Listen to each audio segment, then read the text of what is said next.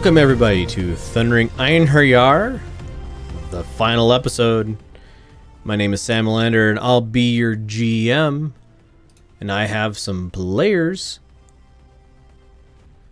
I am Jägermeister, playing as Denver Wright, trying to right some rights. My name is Zerder, playing Geralt Kenshin, the Space Viking with a purpose. Hi, I'm Suda, playing Yvonne Horn. Still Caleb's favorite, and now Alexandra's too. I'm Hegemon Lur, playing as Caleb Archer, whose motto is, "That thing you think is yours, it's not really yours, it's mine." And I'm Easeborn, playing as Mirena Haffa, who's trying to keep everyone alive. Including herself. Yes. Okay, so yes, this will be the final planned episode. So we're gonna do a little bit of fast forwarding, jumping around, and getting a little bit of playtime in, and then doing a wrap up. So, it is the second week of January, 30/30, and it has been announced over every sort of news broad, like galaxy wide or intersphere wide news broadcasts and everything else that I should have looked up what it was called, but peace the what they have been calling the Fourth Succession War has come to a close with the formation of the Federated Commonwealth and the termination of hostilities between the Draconis Combine, the Federated Commonwealth, and the Liao. Theirs. Capella Confederation. Merrick having not done very much in the war other than lose a couple planets and then take a couple of more planets, pretty much just agreed.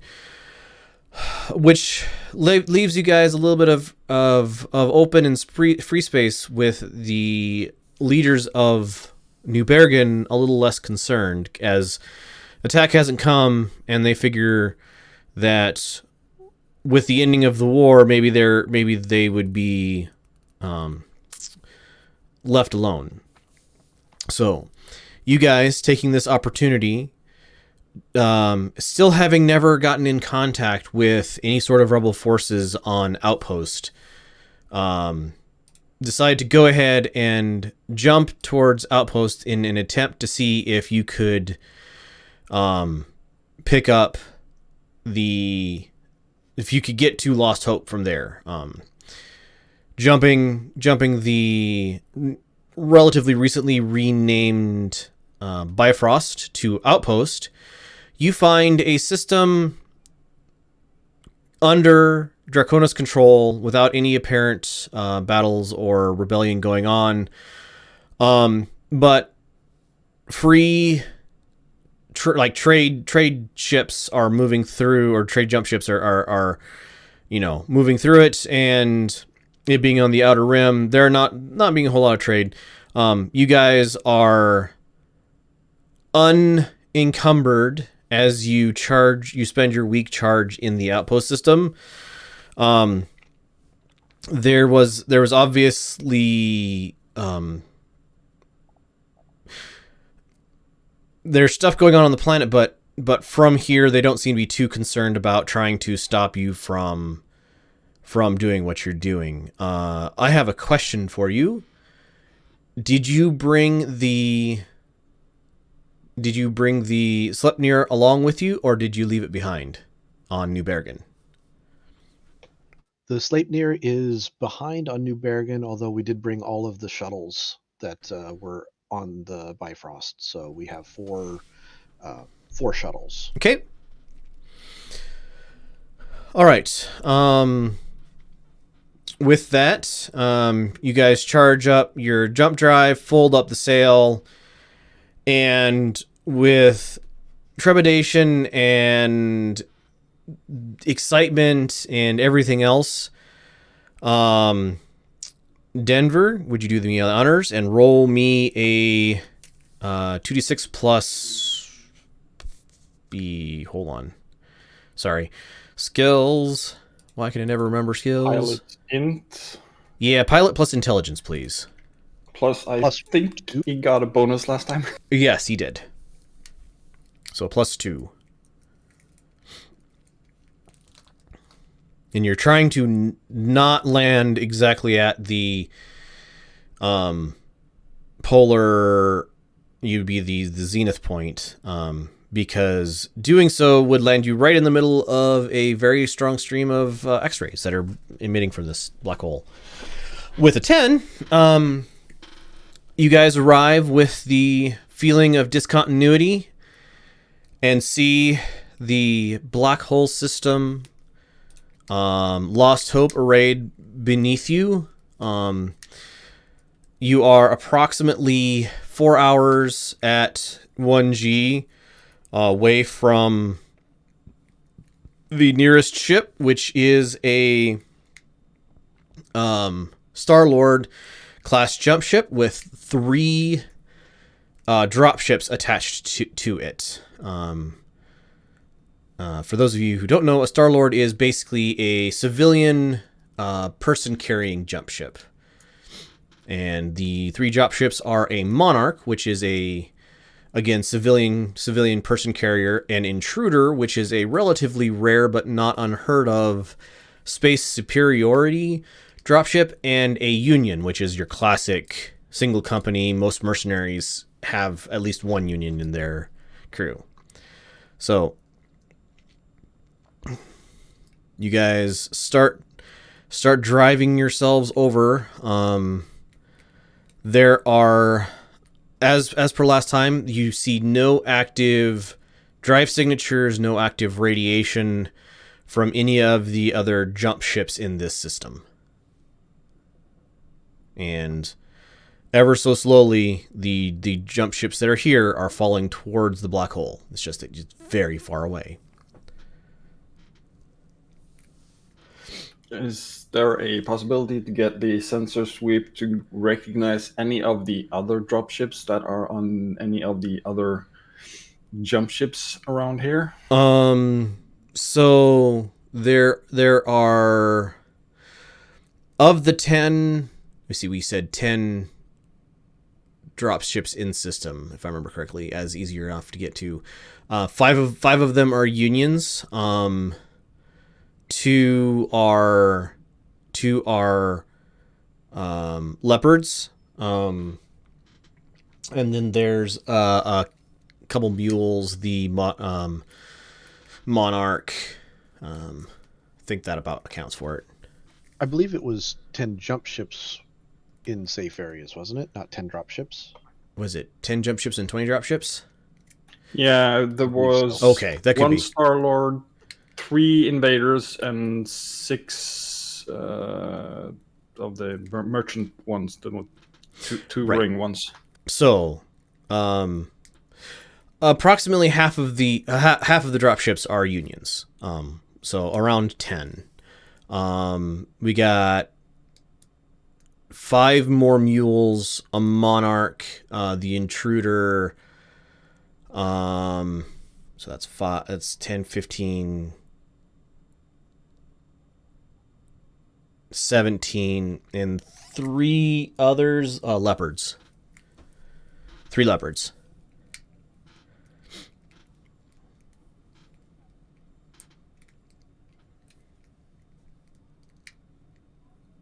It's quite a pick here, Caleb. I'll say definitely worth the trip. Now we just have to get them home. Well, I think the starting point is seeing what it's going to take to get that Star-Lord up and running. All right, so Denver, could I get a pilot plus intelligence roll from you? No +2. This is to match vector, acceleration, rotation, everything between you and between the Bifrost and the as of yet unknown Star-Lord. I got your vector, Victor. Oh, jeez.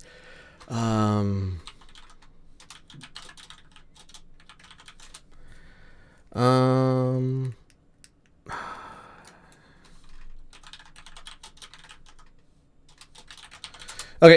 so you guys get close to. You guys get basically perfectly aligned. You're 500 meters out from the ship itself. You are at rest with comparison to it. Shining a light towards it from the exterior hull, and in focusing a camera on it, you see there are Chinese characters sketched on the exterior of the hull of this ship. Does anybody speak Chinese? Or have Nope. I have all languages feat perk? Not here. Nope.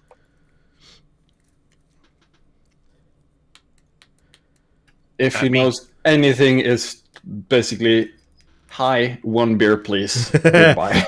So you guys do not recognize the characters. Oh, you probably recognize they're Chinese, but we can't understand them, right? Right. Yeah, I mean, Chinese characters and Japanese, at least one of the Japanese scripts, have similar looking characters, and you can obviously tell the similar origin of them, but you can't, none of you can read it, is what I'm saying.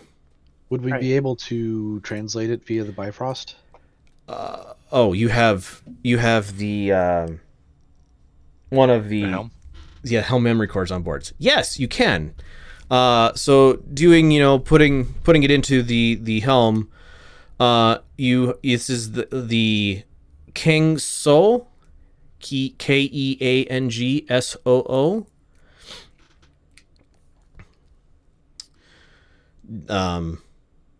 Or Star-Lord class jump ship. Doing a quick history search, there was a big hullabaloo about 15 years ago where the Pelham Confederation accused the Davion of assassinating one of their diplomats who was transiting aboard the King Soul.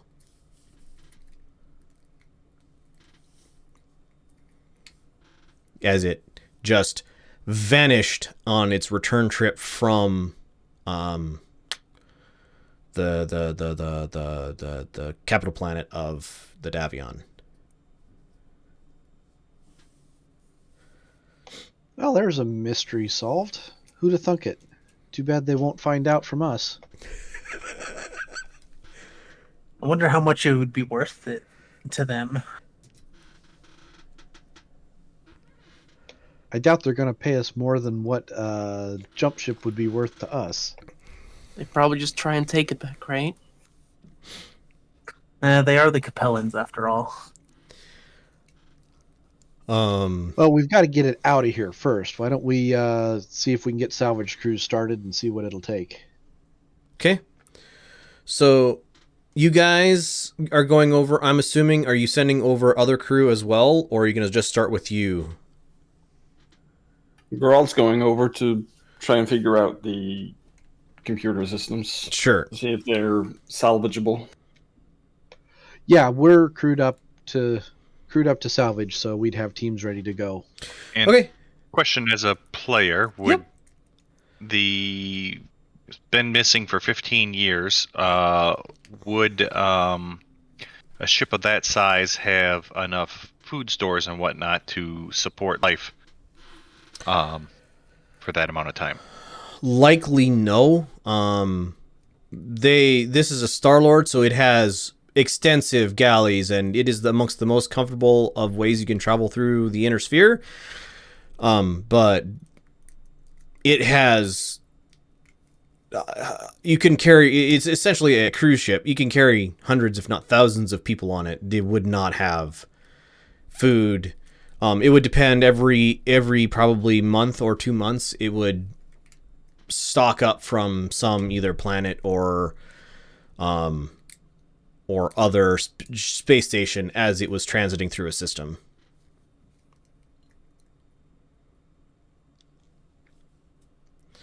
All right. So you and 3 other teams get into the light craft and work your way over to the King Soul. It's dead. Does it have Lightcraft? I think it has Lightcraft Bay.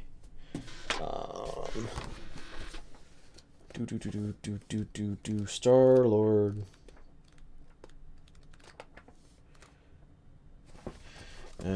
Jump ships. There we go. Hangars for 4 small craft. So you guys get to the small craft bay, and no amount of pinging it, changing it, gets the doors to open.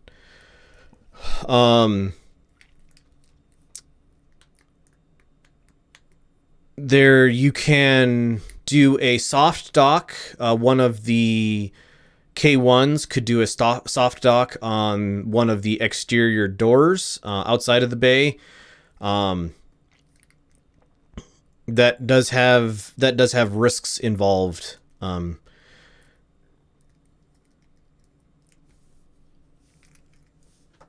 The other option being to have somebody in a suit attempt the door.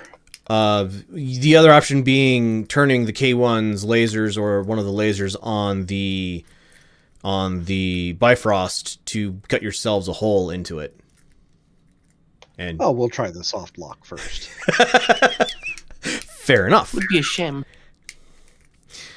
So you guys, you take your ship and carefully position it with the piloting rolls that Denver's been doing. I'm gonna ask for a roll. And attach the boarding umbilical to the exterior of the ship. And you now have a magnetic lock between the K1 and the jump ship, and a locked, or closed at least, airlock on the other side. All right, Caleb will go up and try the manual activation on the door. Give me a exert plus strength, please.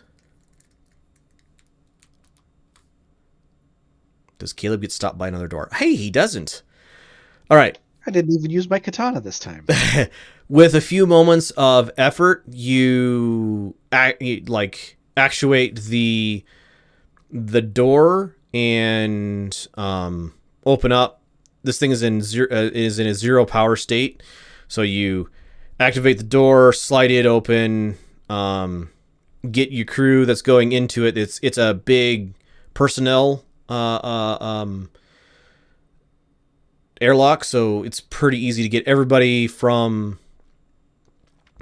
into it and close it off, and then open the inner airlock, exposing the Lightcraft Bay ahead of you. There are 2 Lightcraft in here. Both of them are a civilian version of the Aerodyne that you guys have, which name escapes me. ST-46. Yep.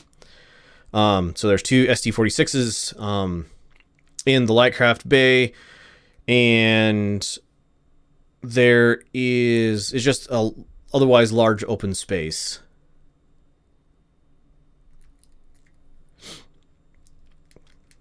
Geralt, can you see if this thing has any power at all?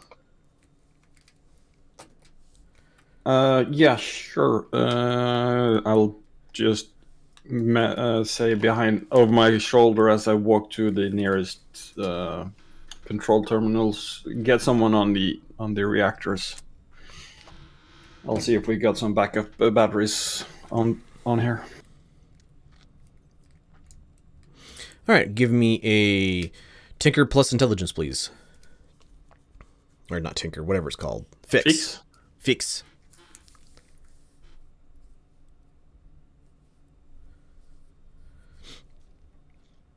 With a 5, Geralt, you fiddle for a little while. and go, "Oh, hey, here's power," and you guys hear a thump as something shorts out, and you are now reading 0 on the emergency battery set.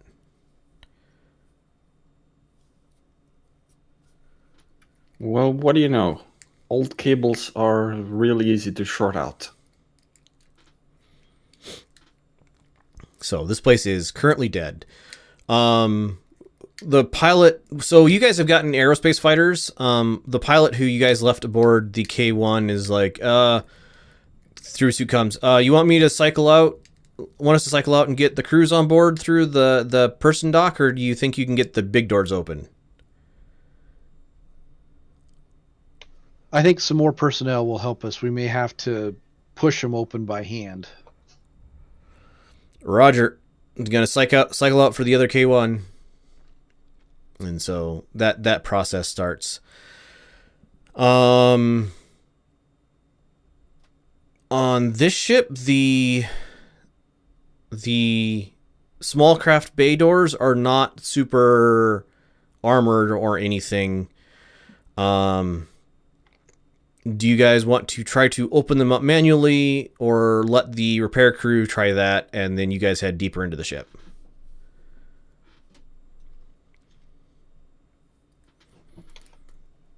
I brought the repair crew to be muscle. I don't plan to do it myself.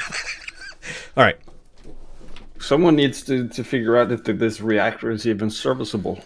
All right. So you guys head deeper into the ship. You have not yet, as you head in deeper, you have not yet seen any of the guests or crew or anything that should be aboard a ship like this. Let me look up how many passengers this thing can take. Hold on. 50 staterooms, if memory serves. Regular passenger quarters 50, so up to 100 fairly good passengers. So yeah, you guys haven't seen any bodies. You guys haven't seen anything. You work your way deeper into the vessel, heading towards the reactor core, and silent, empty, quiet. You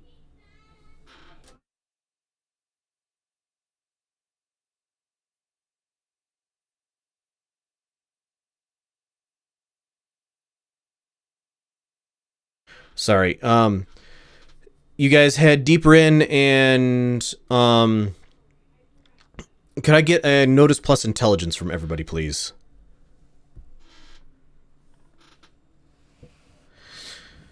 Um, 10, 11. So Boss, this is getting spoopy. Caleb and Yvonne, occasionally you'll see a red stain or a rust patch, it looks like, on a wall or a floor, looking like towards what would be down if the station keeping drive was on. But otherwise empty silence, and you hear the, like, as they're working on opening the doors, you guys hear the bang as they do so. Just echoing through the otherwise silent ship. And you get to the door that would be to the reactor room. The thing is open. Like, somebody has taken one of the doors off, propped it over sideways, and tack welded it to the outside of this door, and there are a bunch of, like, handgun or laser gun scorch marks on the door, like the hall, the other side of this, and interior of that space is empty, other than, the reactor control room. Well, I'd say that whoever was defending this lost.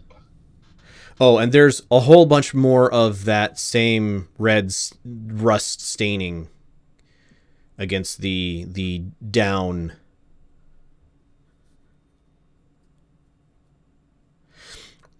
All right, you guys head in. Geralt, fix plus intelligence, please.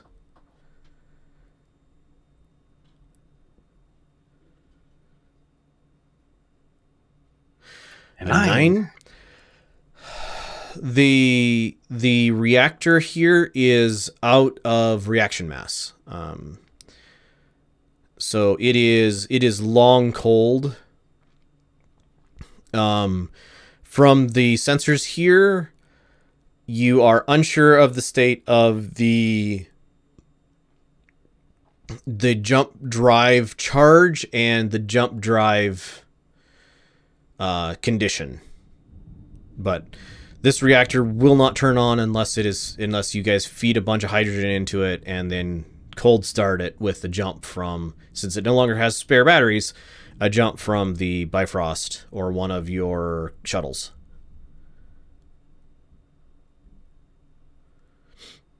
That is a doornail.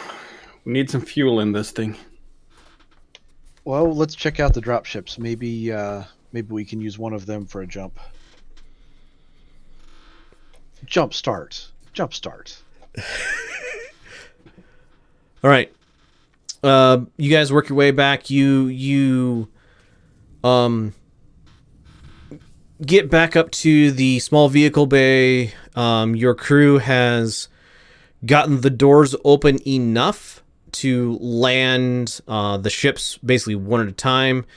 So crews are starting to disembark and get aboard the Star-Lord itself. You have your three others and you repair crews aboard now.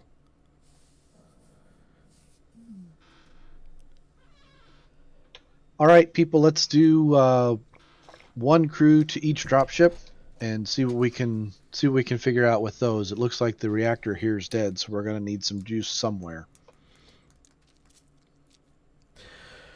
Okay. That there's 4 crews total, so 3 dropships. Are you going to split up the command staff amongst the repair crews? Y'all going to go to one while sending everybody else to others? I'm going to head toward the bridge to see if there's any information can be gained there. All right. I'll join Caleb towards the bridge. You head towards the bridge. The place is dead, but with a little bit of work, you can get your PDA plugged into the computer and get enough power that way to turn on the computer. It is password locked and secured, but you have enough to power this computer on. Poor battery of the PDA. Yeah, it's draining it rapidly. Geralt, did you bring that magic box of yours? Always. Give me your hacking roll, please. Oh, this was another place that you guys see a door halfway across a door and a bunch of scorch marks and small bullet holes and stuff. 7. 2 2s and a 1 on a 3d6. You can't get with a 7. You're not getting past the lockout.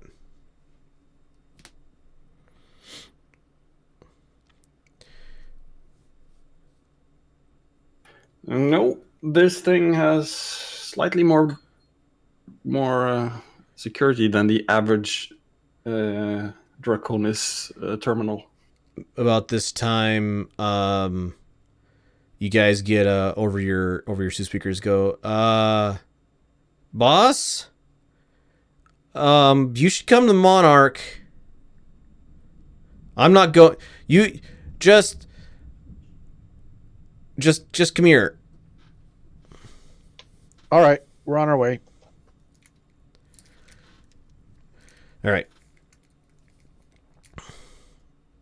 Long, creepy 0G flight later, or 0G movement later, you get to the docking collar section of this ship, to where the Monarch is attached to the thing, and you see your maintenance crew like talking, like they have shortwave comms on, talking to each other. It's like, I'm not going back on there. You go back on there. No, just let Caleb will know it. Hey boss, Colonel. What is it? A horror show? We knew there were going to be bodies. I mean, unless they decided to float home, they had nowhere else to go. So how bad is it? Can we work with the union? There seems to be a general consensus of they don't want to work with the Monarch. Show me. Okay.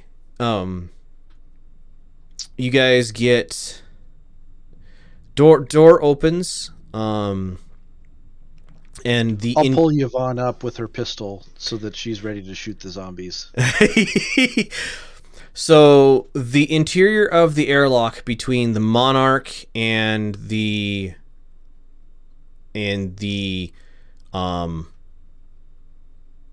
Star-Lord is painted, will be generous, painted with look like handprints and broad shapes, floor, ceiling, both doors. It looks like somebody, as far as you can tell, dipped their hand into wet red brown paint or blood and then hand painted the symbols all over the interior space. And there on the floor and the ceiling through the window as you look past is just a long, like, you can see where the fingertips start and then just a long streak of brown. Is there any rhyme or reason to the symbols, or is it just gibberish? No plus intelligence.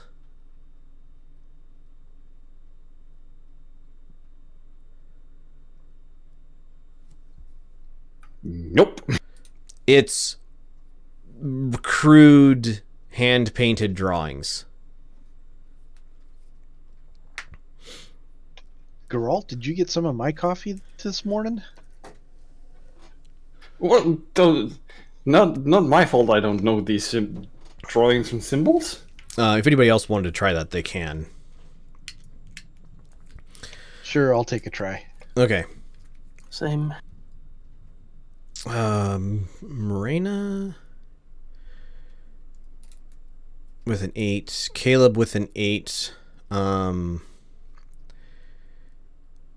Denver with a 6. That's a no-no.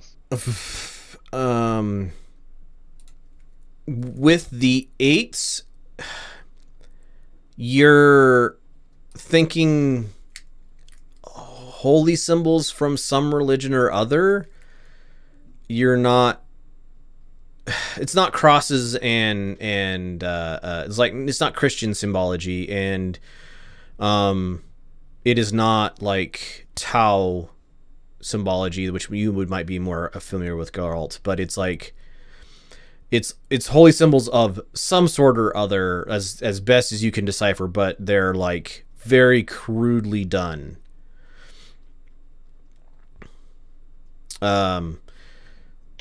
Caleb's gonna turn around to the repair crew and basically rip him a new one, saying, "This was enough to freak you out? Come on, let's move it." All right.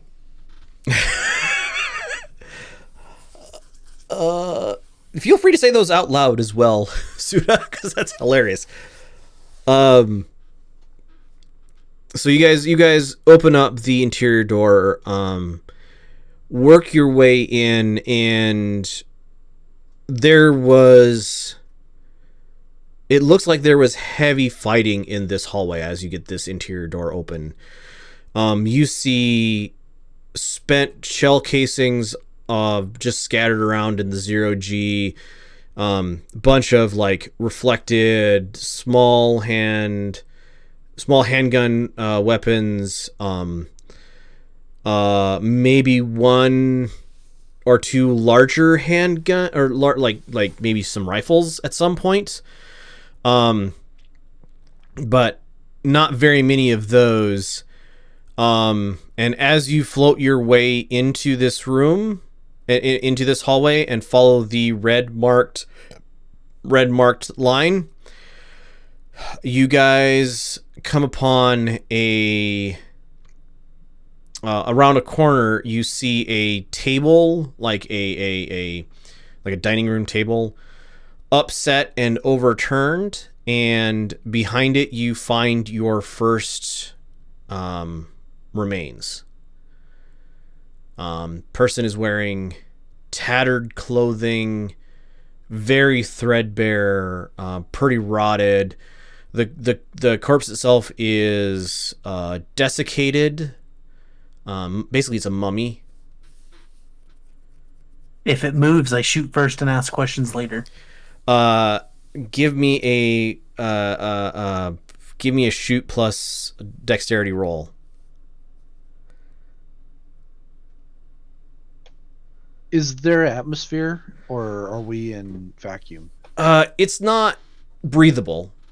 But there is. It's not like it's air has condensed out of this. So it's a probably mostly nitrogen and carbon dioxide mix in here. So as you round the corner, Yvonne just puts one through this corpse's forehead, and pieces of it fly out the back, and it's now slowly rotating in the 0G of its place. It freaking moved. After you shot it? Good grief, get a grip. All right, so this corpse like floats a little bit further back and bumps against the back door, and you hear a and lights like flicker on and then flicker off and then flicker on. It's like a badly ballasted CFL. Fluorescent bulb, where it's trying to turn on but it can't maintain it, and the repair crew behind you is like, Colonel, What? we're gonna go try to get the reactor we're gonna go, and they head down a different hallway which goes away from this place. Who'd have thought all repair people were such chickens? Good grief. So now I'll there head is over and see if I can at least turn the light off so it isn't flickering on us. all right, so you head over and hit the button again, move the corpse out of the way, hit the button again, and the lights go back out. You're again plunged into the darkness. I mean, you have, suit lights and stuff, but you're again plunged back in. There is a very faint hum of air circulation now, though.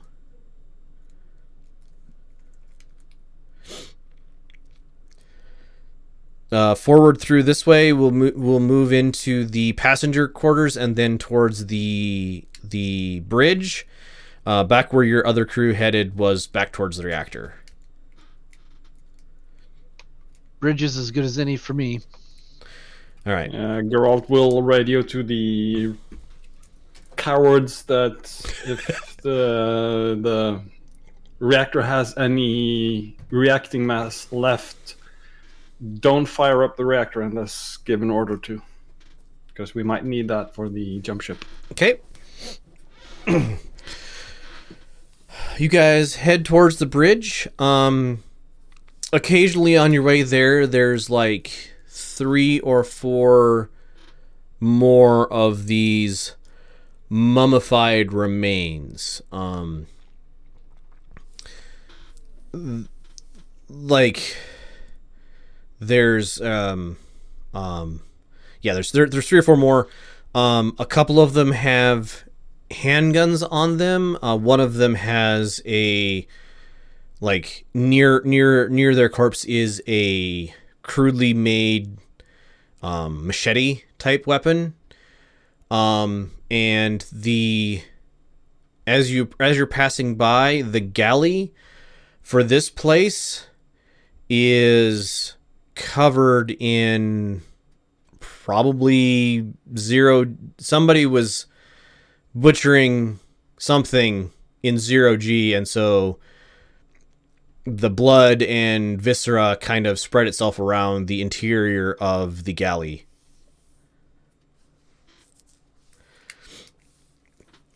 Really glad I'm not going to be on the cleanup crew. Yeah, I did not need to see that. Heading towards the bridge, you guys get aboard the bridge.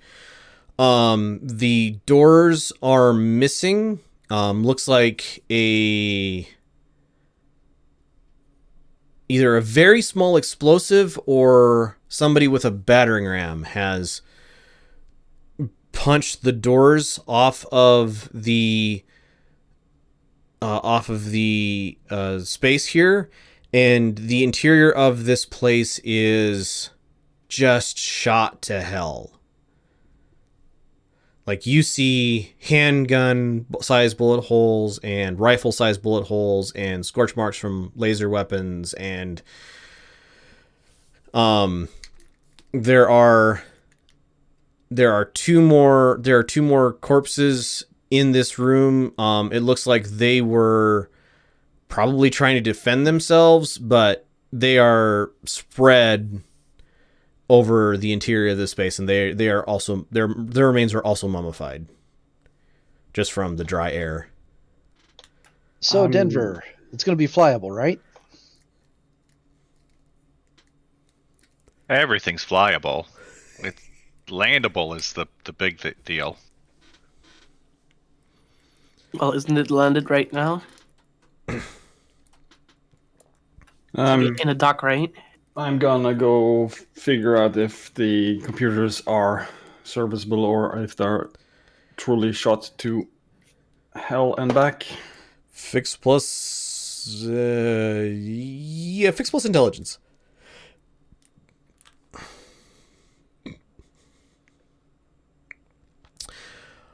Boxcars. Dozens of hours of repair work to get this thing, or a complete like swap.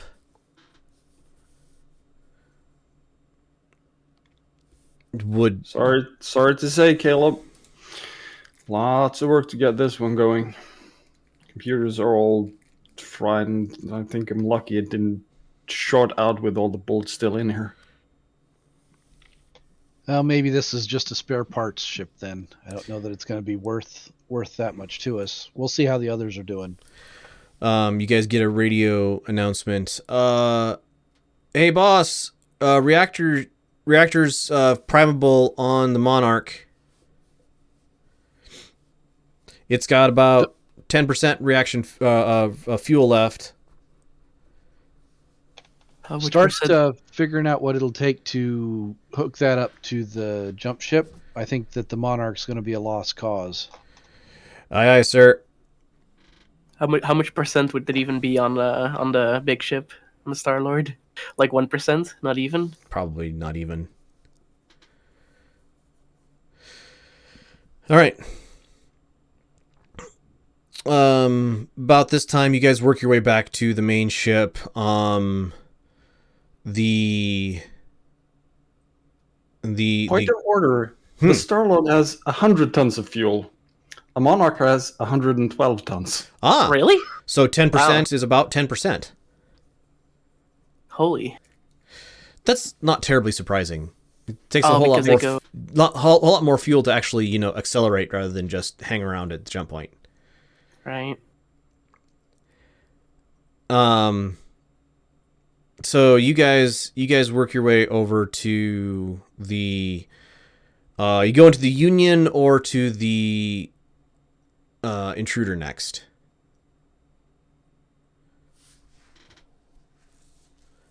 The Union. Okay. So you work your way over to the Union. The repair crew is going. We're working our way up. This like there was a fight aboard ship. Not sure 100%. Looks like there's some mech cocoons in the mech bay. And we may or may not have reaction fuel left. Crew's just getting to the reactor now. All right. Find out what we've got, but don't fire it up. And the mechs are secondary for the moment. Okay. They head off. I should do a quick check for them.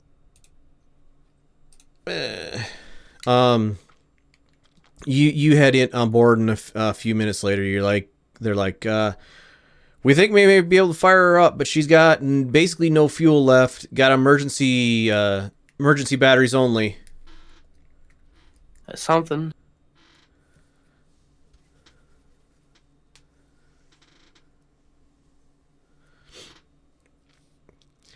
You guys head this place.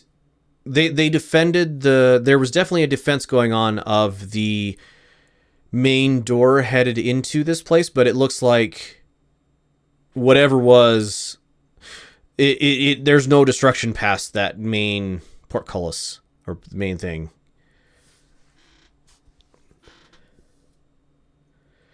You guys move aboard and head for the bridge area, moving through the interior spaces.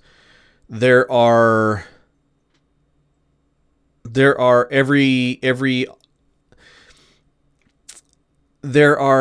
a couple of people a couple of corpses on the bridge.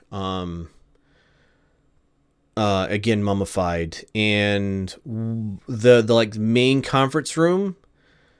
There are, or sorry, not there. Back up a second. So there are a couple people on the bridge. One has a bandage around like the torso. Another one looks like they're missing several fingers on one hand. This place is silent, but per your thing, there is some backup battery.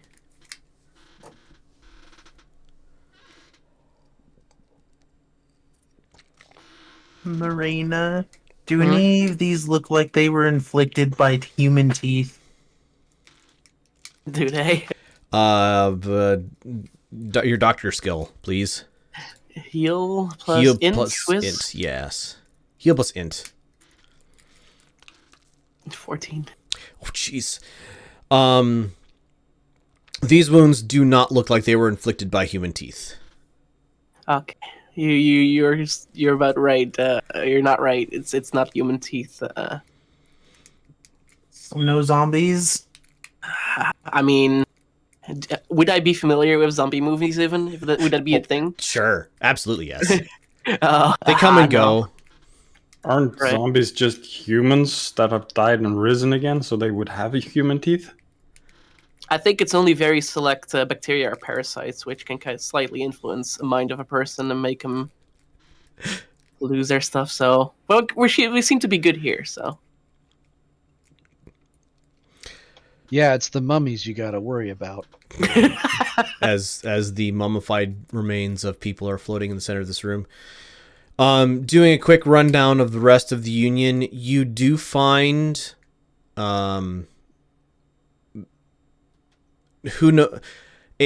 larger than comfortable number of corpses that are stacked in the freezer of the galley in here.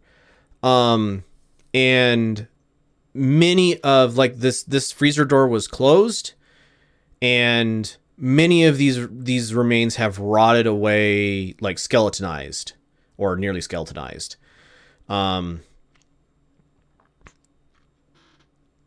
Perhaps the more moist environment of this sealed space let the actual bacteria get a chance to them before they completely desiccated.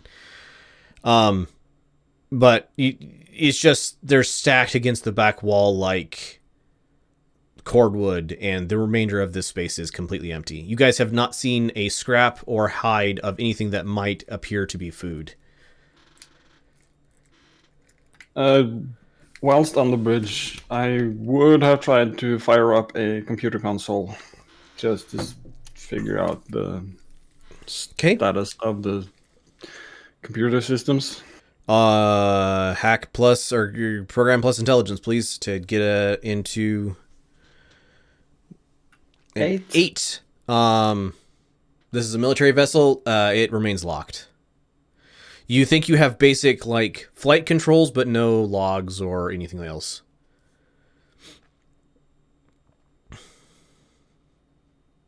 Well, at least the computer works.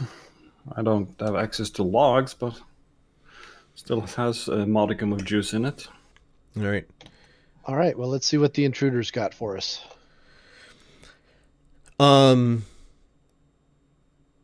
You guys head over to the intruder, and this one's in a better condition than the previous two.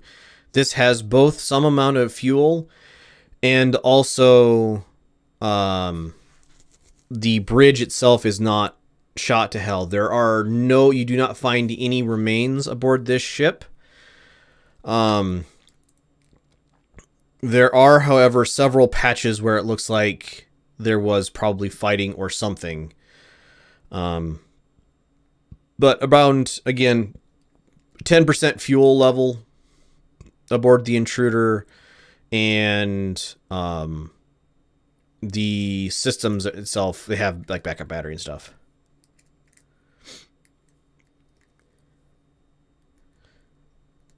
Right, should we just try and get as much reactant mass into the Starlord we can? Let's. I'd rather not disable this one completely. It'd be good to have at least one functional dropship. Let's see if we can. Let's see if what we had on the Monarch is enough to get the Starlord at least functional, and then we can decide if we need to empty this one out too. I'd rather not if we don't have to. 10% fuel is quite a bit, right, for a Starlord? For a jump ship. But I'm not sure how much it needs, given that we wouldn't need to hot load the jump drive to even get it out. Right. Starlord, I think, has like a 30-day... So that's 3 jumps? 2 jumps? No. A 30-day endurance. Let me see if it lists it here. No, it doesn't list it here. So, tons burned per day. Oh. Fuel, 100 tons. 40 tons burned per day. That doesn't make any sense. All right. So, we're gonna adjust their numbers because the numbers they have don't make any sense. So, I choose to not believe them. 3 tons of reaction mass per day if you are maintaining like a 10th G station keeping drive, meaning that the 10 tons ish that are aboard the Monarch could power this thing for about 3 days. Under thrust. Longer than that if you're not thrusting.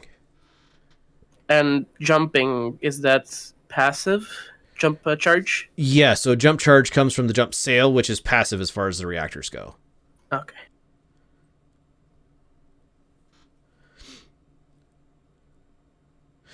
All right, so you guys are going to try to transfer the Monarch's fuel supply over to the Starlord. Yep. Everybody who sees the entryway to the Monarch is skeeved out, with the exception of apparently you guys. I guess you guys are hardened fighters. The repair crews are not. I wonder how the repair crew looks at me now then. looks at with you. all the scars. Oh, you're in a spacesuit right now. Okay. All right.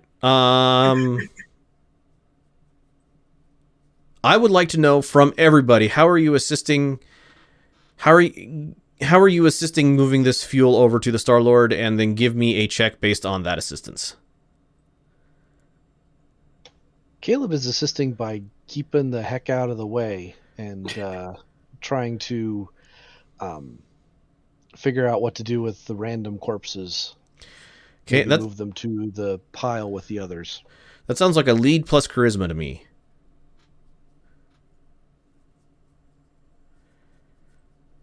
I'll probably be taking care of people who get like slight injuries. Make sure that everyone's cared for. Sure. Heal plus wisdom.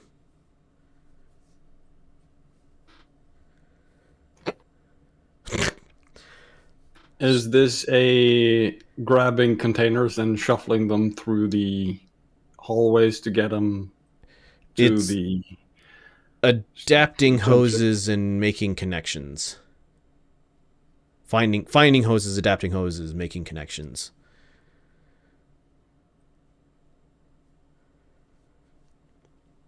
I am betting Yvonne exactly how many hydrogen containers she can lift. Oh no, not this again. Talk plus charisma. That's not a trade skill? No.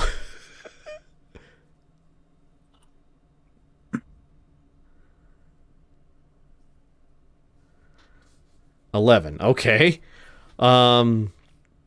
I'm going to go check on the work of people, and I want to use the notice to see if they've done anything redonkulously wrong. Notice plus intelligence then.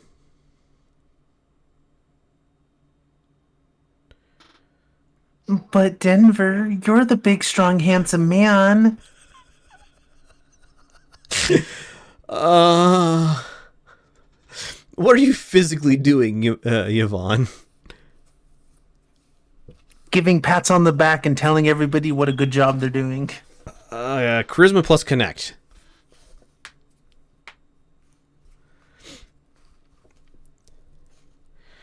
None of you got below an 8.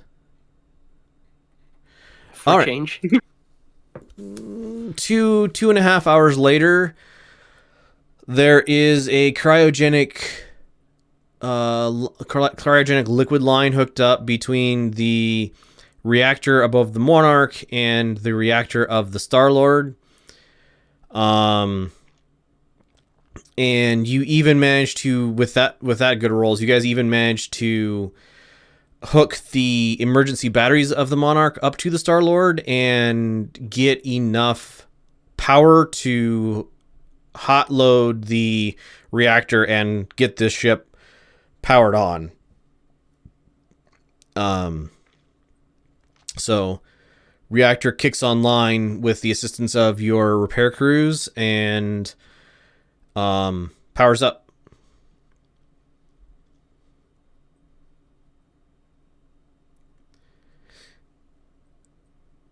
So technically now we only need one person on the ship to make the jump. If we're lucky. If you're We lucky. still need. And enough oxygen to last till support arrives after the jump.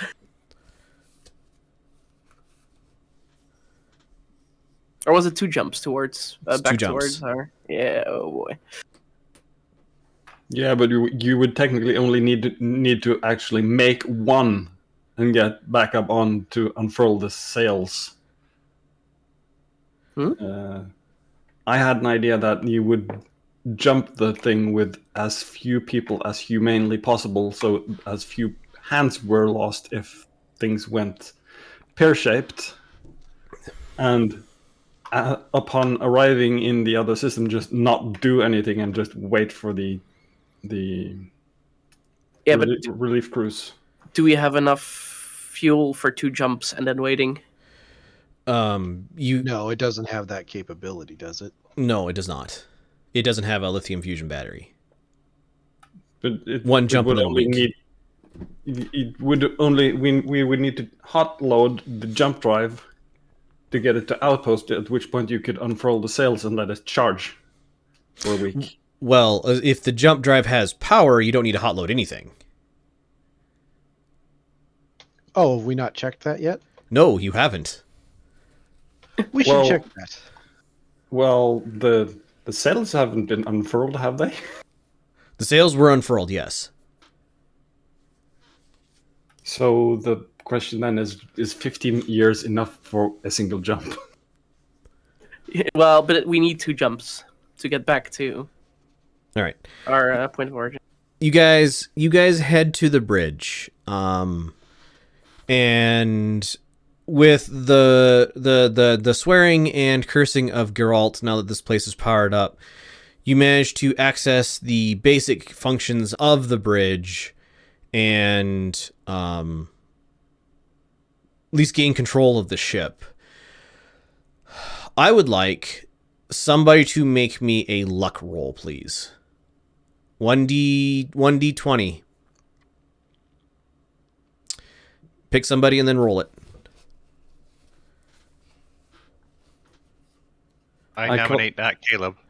I call dibs not to. Fine, I'll roll it.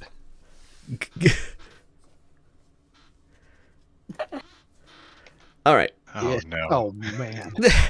With a 6, this thing has fully functioning jump drive. That is of an unknown condition. You are getting red and yellow warning lights all across the action board for this thing.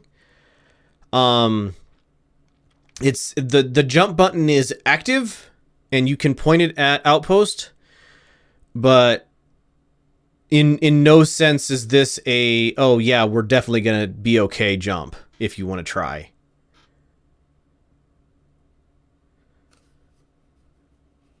Can we tell, is it potential lack of fuel, or we would have to actually do diagnostics on the jump drive to try and resolve some of the red lights? You would have to do diagnostics and repair on this jump drive to try to figure out, is it critical? Is it gonna make one jump and then die? Is it going to just explode if you hit the jump button? Is it like the state of the engine is unknown but not happy? All right, so the plan from the get-go was to bring enough repair crews to get things in as best working order. We're not in any hurry here. Okay. So we would take the time to correctly attempt to diagnose the jump drive, do whatever repairs are possible. And we're also wanting to explore some of the other drop ships that are around to fill up the collars on the Star-Lord with working drop ships before we jump. Okay. So as it's 3:00, we're gonna accelerate. So the remainder of the jump ships in system, you don't find any more horror shows like that Monarch. It's pretty obvious that whoever was aboard the Monarch after a while definitely descended into cannibalism, and from the looks of things, managed to get the crew of the Star-Lord and the crew, by sheer count, the crew and the passengers of the Star-Lord, the crew and whoever was aboard the intruder, but not the crew and everybody on board of the Union. So there are the bones of hundreds of corpses scurried away aboard the Monarch. You do have you shuttling people back and forth now that the bay doors are open and you can land, disembark, re-embark people. You can get people here. Give me Geralt, you're probably one of the people with the highest fix around. Give me a fix plus intelligence roll, please. You mean with my -1 fix? Oh, wait, you don't have fix. Does one of the NPCs have fix? Not NPCs, the minor characters. Let's see. Yeah, that's a good question. I think you all have some level of fix. +0 on Senna. Engel has a 0 and a 3d6 roll. Chihiro has a 0. What's Mitchie have? Tommy has 0. Okay. Michi's 0 as well. All right, well, with the 3d6, that's the best, so... Yep. Roll Engel's fix. Plus, intelligence. Ooh. Well, Boxcars! with a critical success, Engel takes the lead and distinguishes themselves in the repair of this crew, or of this ship. They've never seen a jump drive before, but somehow know, like, almost instinctually what should go where, what it should look like. And with the critical success, I'm going to say this ship is working. You can make it'll jump out of the Lost Hope system. It'll probably jump out of Outpost if you don't stress the engines at all. You are going to want to do a complete refit on this thing before you try to take it across the inner sphere. That said, you can load up the drop collars of this ship with up to 6 dropships.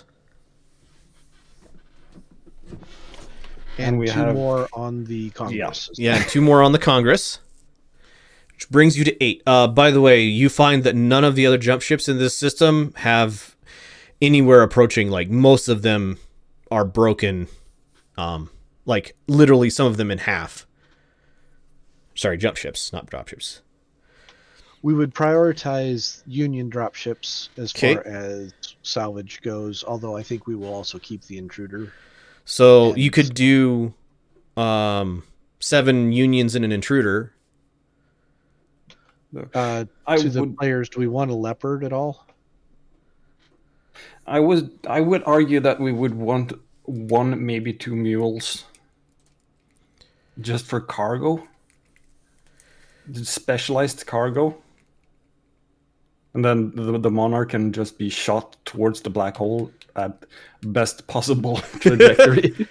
Yeah, loaded with everything that we don't want on the ships. I agree. How about 1 mule, 1 intruder, and 6 unions? Yeah, load. Do we want to risk the intruder on on the Star-Lord? I mean, it's already attached to the Star-Lord. Yeah, And- better that than trying to shuttle it back and forth. And do we really want to dispose of the Monarch? Think of future crews that may get stranded here. Maybe they could salvage something from it to save themselves. I'm in favor of having that nightmare go down to the black hole. I would argue that we should be good enough human beings that we would not wish anyone else to find that cursed ship. Yvonne, I am more than happy to have you do the honors. All right. I'm gonna say the Bifrost with the AC 30 rounds or NAC 30 rounds are the ultimate end for said Monarch.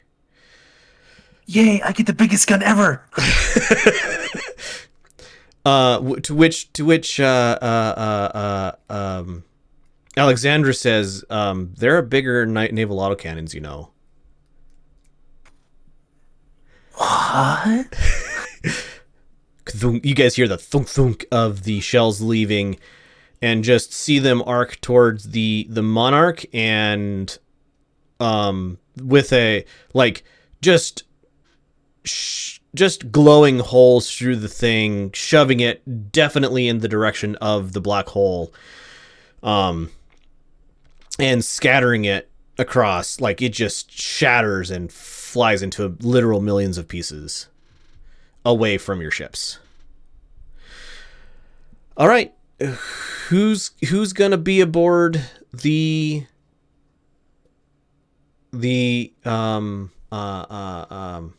big one, Star-Lord. the Star-Lord. Star-Lord. Who's gonna be aboard the Bifrost? Caleb is on the Bifrost. His luck has not run well today. So, Colonel, mind if I put my luck to the test, trying to get the Star-Lord out? I'll join Geralt. I wouldn't order anybody to it, but you're more than welcome. Good luck. See you guys now, post. And If he wants company, I'll pilot for him. all right. So, Denver, give me a pilot plus intelligence roll, please. Do I get the bonus for this as well? No, that was for your handling of your exceptional handling of the Bifrost.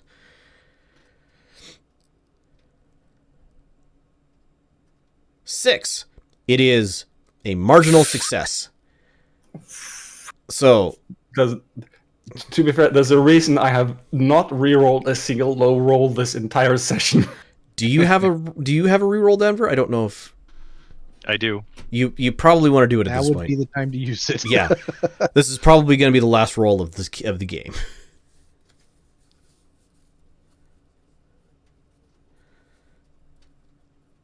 Nine. All right, Better. it's better. It's a real success as opposed to marginal one. So, with a discontinuity, first the Star-Lord and then the Bifrost jump their way to outpost. Geralt, I need you to make a fix plus intelligence roll to unfurl said sail. And I'll make sure if everyone's all right. That's on here from the jump. Well, that's Denver and Geralt, so Did we not have any crew in here? no, you in case you died, you left at minimum. Hey, there's that reroll. Six. Six. Oh, Six. So in the process of unfurling the sails, you get them stuck open. It's going to take probably weeks to fix, or a replacement sails. So sails unfurl. You are a week of charge away. You have enough fuel, reaction fuel from the dropships aboard to maintain position, but literal weeks of repairs to get this thing out to jump out. Told you hit that button too hard. Are they analog? I thought they were digital. As the Bifrost comes in, Caleb, you can read, like, you see the sail unfurling for the Star-Lord, and then you see the Star-Lord spinning a little too fast, and the sails like locking in a open position. well, at least it wasn't me pushing that button. I'm going to have to give Geralt a hard time for this. I know. I'll make him drink my coffee. All right. One final question. Do you guys leave the Star Lord here for the repair time, along with enough crew to repair her, or do you cut your losses and head back to New Bergen?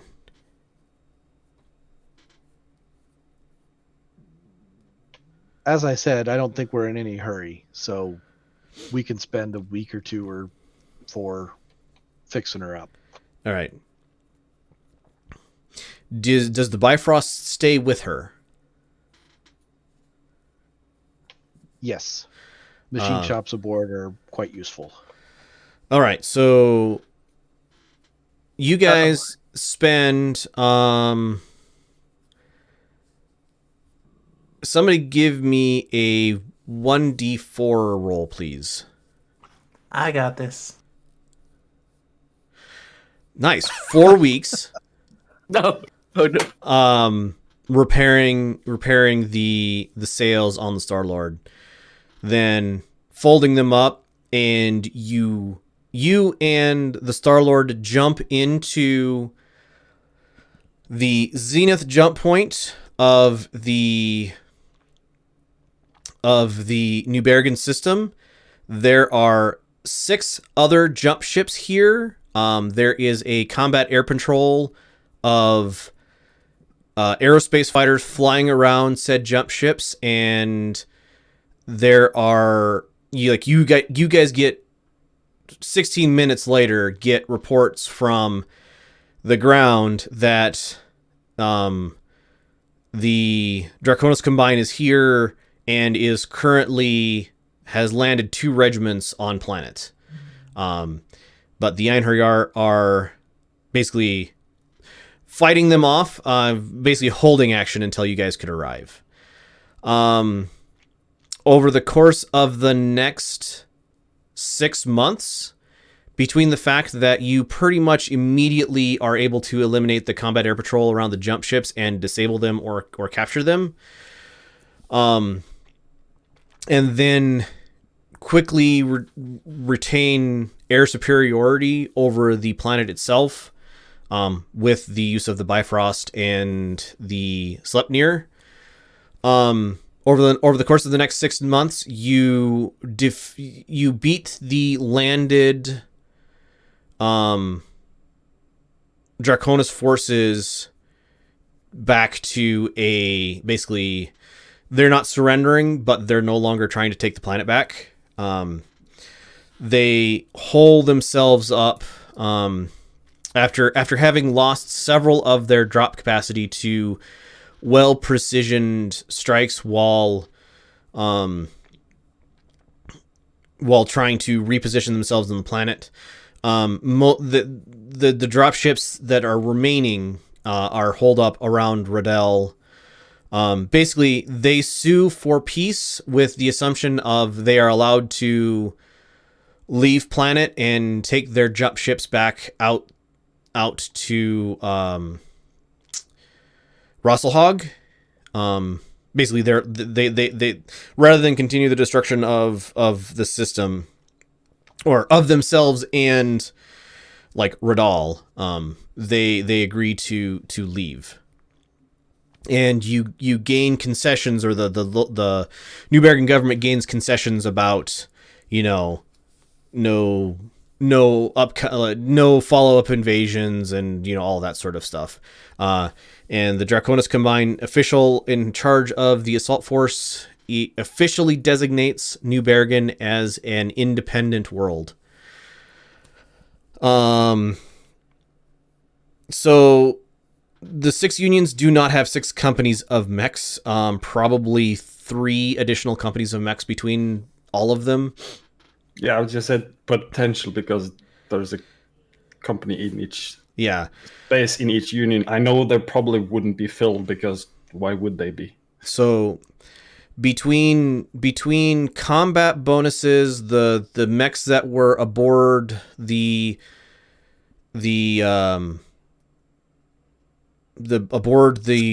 unions, at this point you guys have what, 2 battalions, almost 3 battalions of mechs, aerospace fighters, and various and sundry things. And the full support of the New Bergen government, which, because of your gift of the Helm Memory Core, is actually able to supply with you enough materials and resources to keep all of these mechs up and running. Over the next year, okay, so New Bergen is considered an independent planet.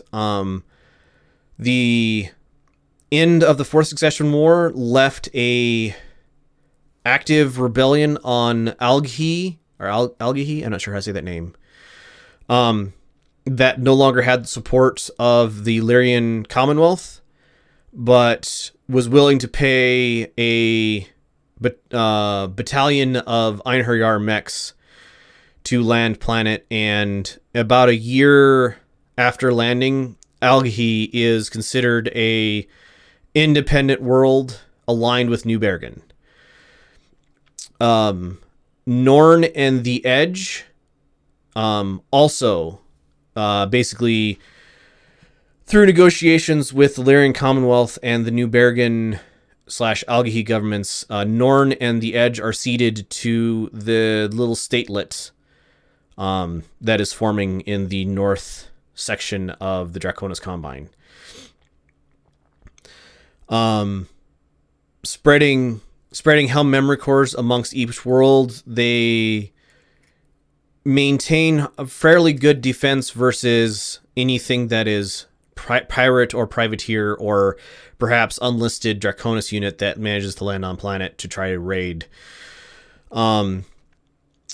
If you don't mind, East at some point, moving Algahid, Norn, the Edge, and New Bergen to probably like a yellow or some other color. What are you guys gonna call? What do you think the name of this statelet should be?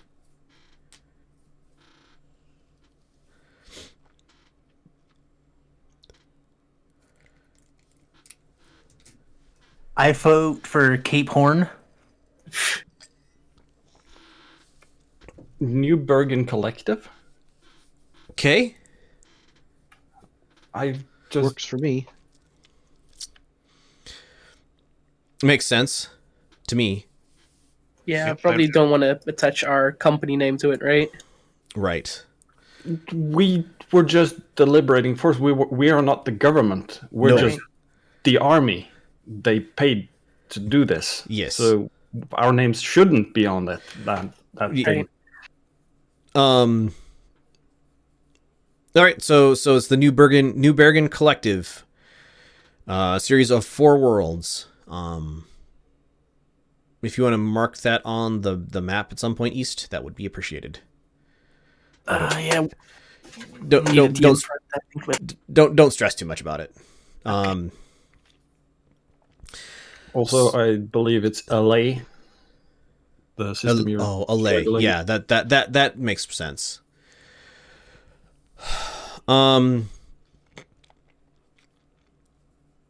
Protecting 4 worlds spreads the Einherjar pretty thin, and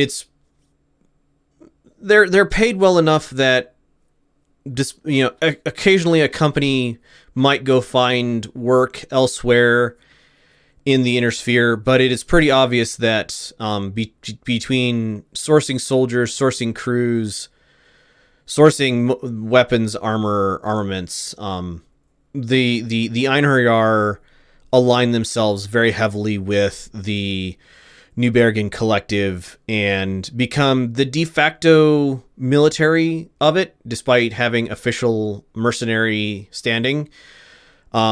Caleb, being the head of the Einherjar, gets a couple more ranks up just because the Einherjar continue to grow. At some point, the Wolf's Dragoons show up, probably about 2 years, 32, 33 or so. Show up in force because they actually have access through the Lyrian, or through the Federated Commonwealth, and the fact that it connects all the way to New Bergen. show up in force and have a conversation with Alexandra.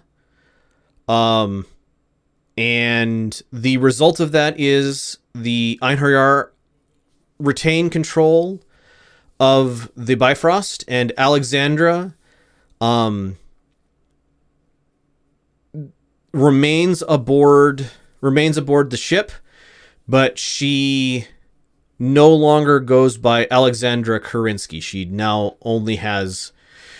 basically goes by first name only. Eventually, I see, who else should I cover on NPCs? Tai. Becomes first the first mate of the Bifrost, and then as you guys now have a second jump ship, becomes captain of the Star-Lord.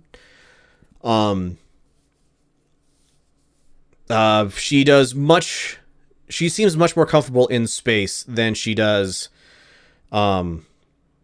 running ground pound missions. Every once in a while she'll still get in her mech and stomp around, but you can tell that she has a new love of space travel and keeping a ship up and running.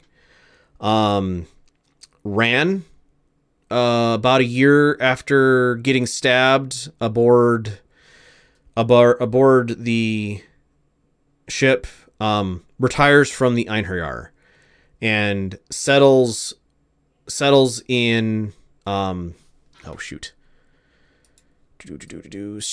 in Voxadal.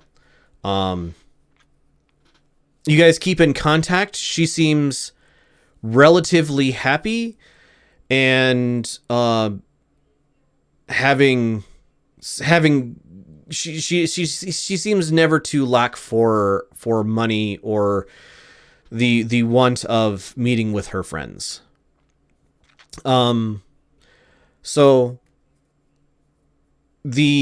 what are the future plans for all of the player characters?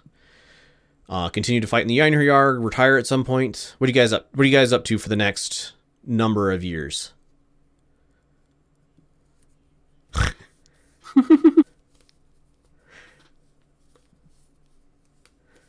Morena will probably phase more towards the medical staff of the Einherjar. Less commanding role. Right. Eventually, right? Yeah. So Morena, because of her injuries and the stress upon her body, I'm gonna do a little narration here. Becomes the head doctor aboard the Bifrost. Again, leaving her combat role. And you are always very happy when the Bifrost is recharging as opposed to under G, because whenever you're in one or more gravities, you can feel the weight of your injuries upon you. Yeah. But head med, you have a crew of, I think, 4 or 6 doctors and techs underneath you. All right, Yvonne, what are you doing?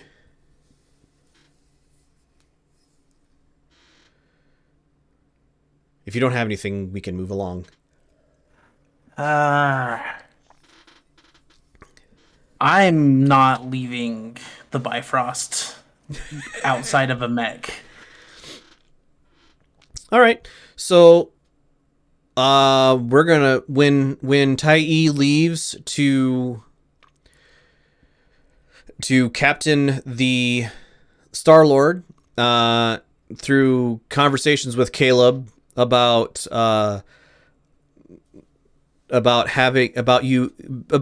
conversations that Caleb has had with you, you are promoted to second in command of the Bifrost. Which is... Still can't believe I did that. Which is both incredibly fun and way more work than you ever thought being in charge of people could be. but as you started with Gunny and then moved your way up to I don't know what, not captain, but one step below that. XO. Yeah, XO. You do well in your leadership role and grow accustomed to the fact that an XO has about 25 hours of work in every 24-hour day. And not enough subordinates to get it done. Yep. Geralt.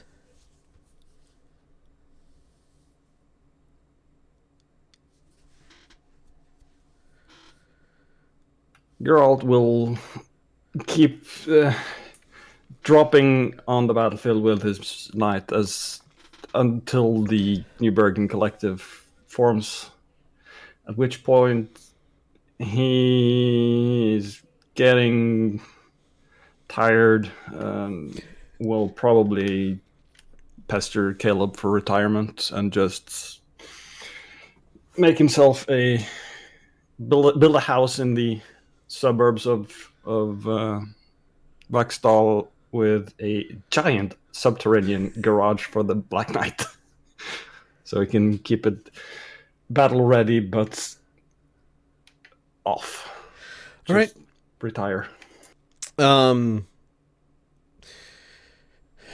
the process of preparing the Black Knight for mid to long term storage, and putting it underneath his house, which you do in secret because you're not sure that the HOA that you're in would appreciate 70, they wouldn't 70-ton war machine running down the street. They wouldn't, which is why I built the house just outside their area. So you work your way back over to the location where you found the Black Knight originally, and spend a little time in the cave systems over there.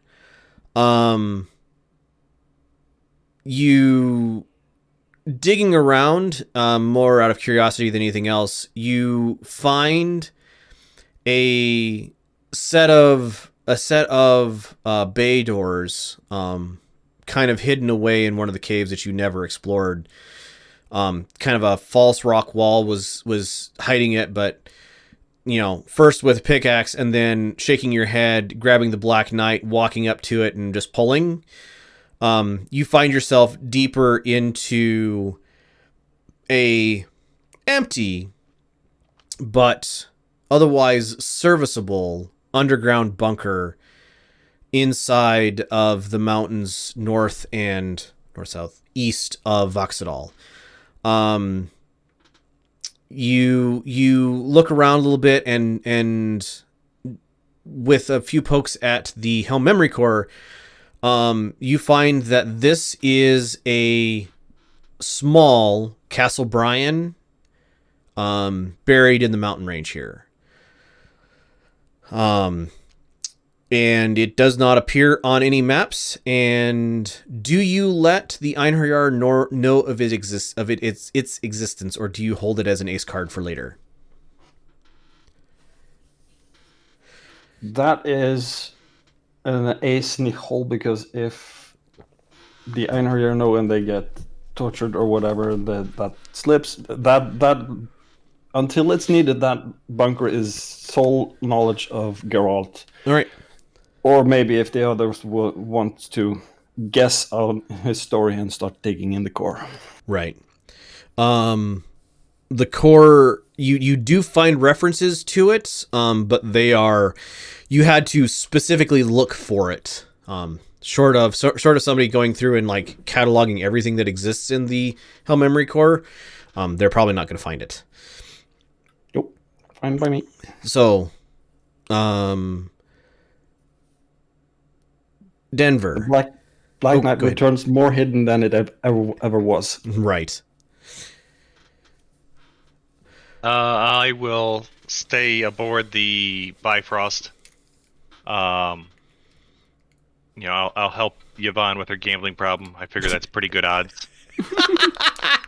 No. And train other mech warriors. All right. So you get a in-depth, thorough knowledge of how to run this vessel, and you start eking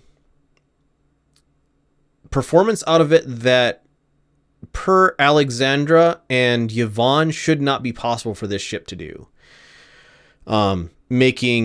Pulling G's that should overstress the flight frame that do not. In the course of taking the New Bergen Collective, you become an ace controller pilot, I guess you'd call it, and make innumerable battles very much easier than they would otherwise have been by controlling the battle space over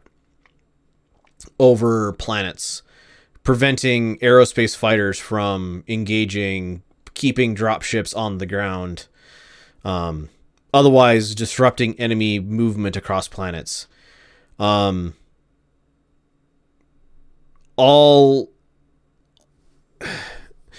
by the time the New Bergen Collective is fully formed, you think you could pilot this thing with half the crew and still be effective. I mean, probably not literally, but you have this thing down.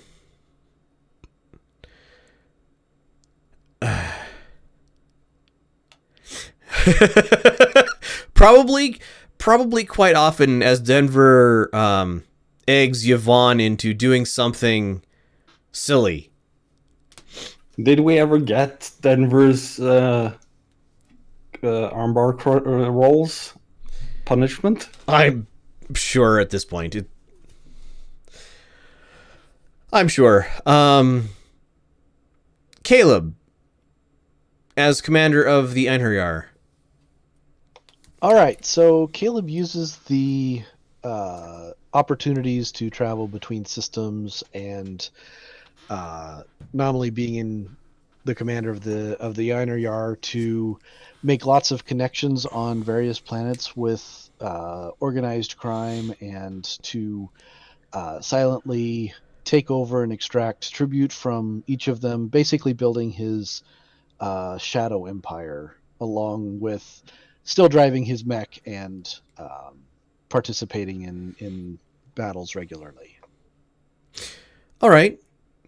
So, with the right words in the right ears at the right times, Caleb grows the Einherjar from its 2-company size when they landed on New Bergen to, across the spread of the New Bergen Collective, a full regiment can be landed on any one planet at any one time, and Einherjar of company sized at least remain aboard or on planet.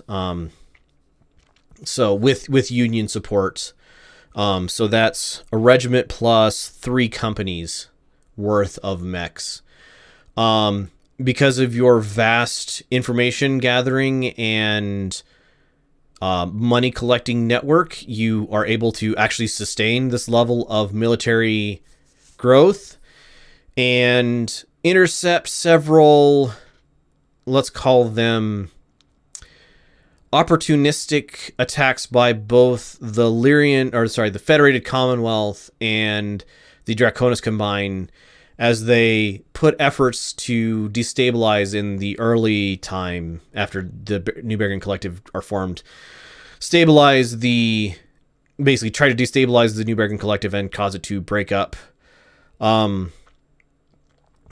So by the time the New Bergen Collective is fully formed and stable, the regiment plus battalion size of the New Bergen troops rivals everybody in the near area, with the exception of Rosselhag itself.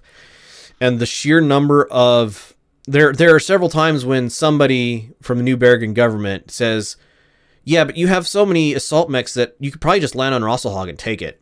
At which point, militarily, you go, "Well, no, not really, but no." As the the Farrier Commonwealth stabilizes their hold on their worlds, the New Bergen Collective does not feel the thrust of this, but there is definite discontent in the Rasselhog region of space. Discontent with both the Farrier Commonwealth and Draconis Combined controllers, stirring rebellions start again on several worlds, all rallying behind the name of Rosselhog. And the Einherjar find themselves employed many times on several planets to assist these, we'll call them noble rebels, or at least these peoples seeking independence from their current lords and masters. And with that, we'll go ahead and wrap the Thundering Einherjar series, Campaign 2, Battletech Tabletop RPG. Battletech will be back someday. It will continue in this same separate universe from the main Battletech line. Probably around the time of the War of 3039. Who knows when that will be, but I hope to see everybody then. I hope that you have enjoyed listening and watching. I hope the players have enjoyed playing. Thank you, everybody, for joining me. Thank you for just...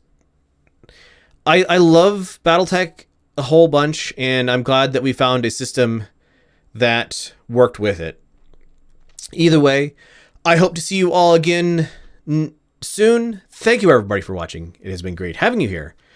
Bye.